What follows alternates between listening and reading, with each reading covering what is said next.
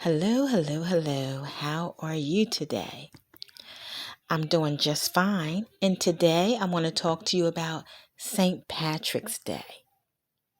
We know this is today that is celebrated, and we see so many people in green. We see the shamrock drinks and all of the festivities, the parades, and the different things that go along with St. Patrick's Day.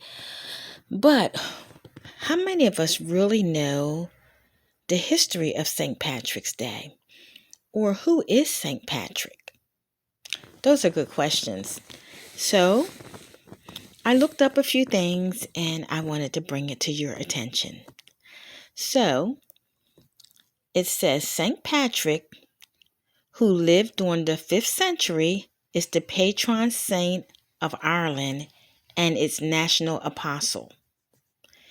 St. Patrick was born in Rome, Britain.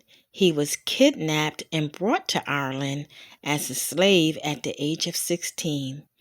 He later escaped and returned to Ireland and was credited for bringing Christianity to its people. So I found that to be very interesting. Actually, he's not Irish, but that's okay because he is credited for bringing Christianity to its people, to the people of Ireland. In another reading, I read that in Ireland, they just had a lot of paganism and they really didn't celebrate Christianity. A lot of them did not believe.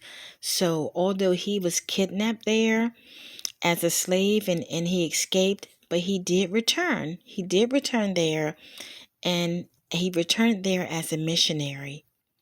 And he began to preach the gospel to the people in Ireland.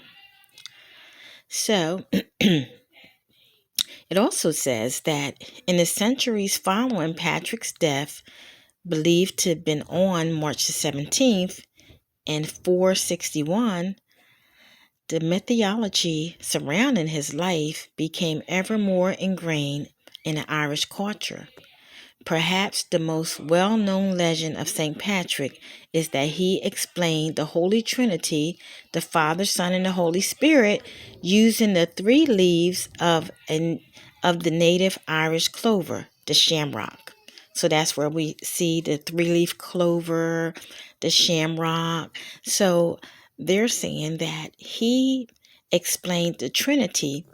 He used the clover to explain the Trinity because there's 3 clovers on that little plant, and he used that to explain the Trinity, and I find that very intriguing.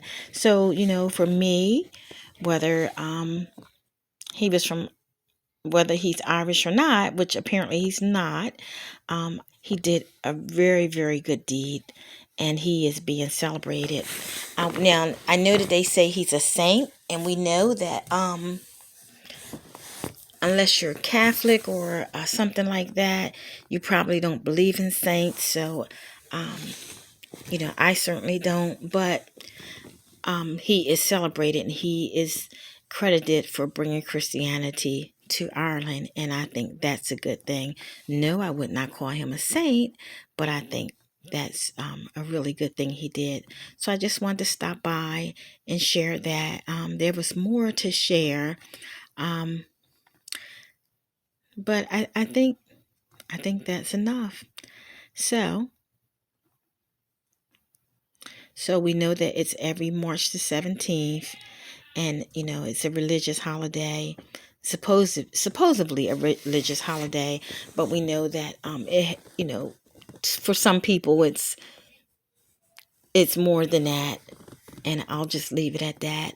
But at any rate, I think it's noteworthy because of what he did, and also noteworthy because he's not Irish. He's not Irish, but he is recognized for bringing Christianity to Ireland, and I think that's very noteworthy. So when you think of St. Patrick's Day, think about Christianity. Although maybe all of them now are not Christians. Some of them are Catholics or things like that. But that's what he is credited for, and I think that's a good thing. And I am going to close right now, but I just wanted to bring you that tidbit of information that I looked up. All right. And actually, in another reading, it was said that all of the information couldn't really be verified, but that part that he was kidnapped and brought to Iran as a slave and that he came back as a missionary, that was pretty consistent. So that's the part that I wanted to share with you. And that within itself was noteworthy. All right. So God bless you all. Have a great day. And I'll talk to you soon. Bye-bye.